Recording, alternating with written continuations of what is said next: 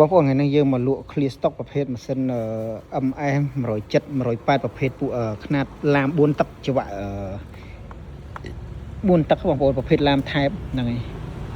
ពេលលក់ clear stock ដោយសាររោងចក្រមកសាននេះវាអត់វាយអសស្ទីលបងប្អូនហ្នឹងហើយប្រភេទតែមបាត់ក៏អត់មានតែអញ្ចឹងយើងលក់ clear stock តម្លៃវា155តែថ្ងៃនេះយើងលក់តែ$98ហ្នឹងមានបានធានា6ខែហ្នឹងមានសម្ភារៈថែមយើងថែមមួយឈុតយើងលក់ឲ្យភ្ញៀវបដាដោយសារយកអីវ៉ាន់យកមកសានហ្នឹងវាអត់មានតែមណាតែអញ្ចឹងយើងលក់ clear stock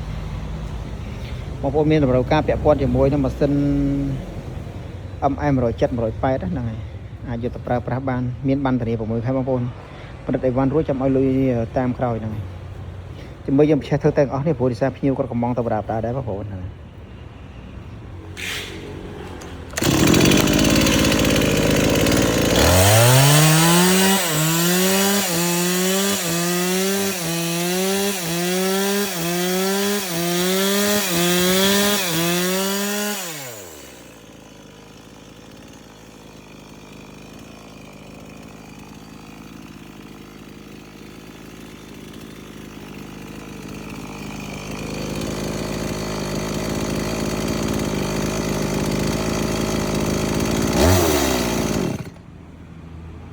បងប្អូនដែលមានចំណាប់អារម្មណ៍ពាក់ព័ន្ធជាមួយនឹងម៉ាស៊ីនតូចប្រភេទស្រាលទម្ងន់ស្រាលហ្នឹង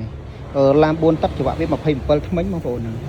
បងប្អូនអាចតាក់ទងមកបានដោយសារតម្លៃនេះតម្លៃអត់ដែលមានទេបងប្អូនថាយើងលក់អស់វគ្គនេះមកសារក្រោយ145វិញបងប្អូនហ្នឹងជំរាបសួរបងប្អូនចឹងហ្នឹង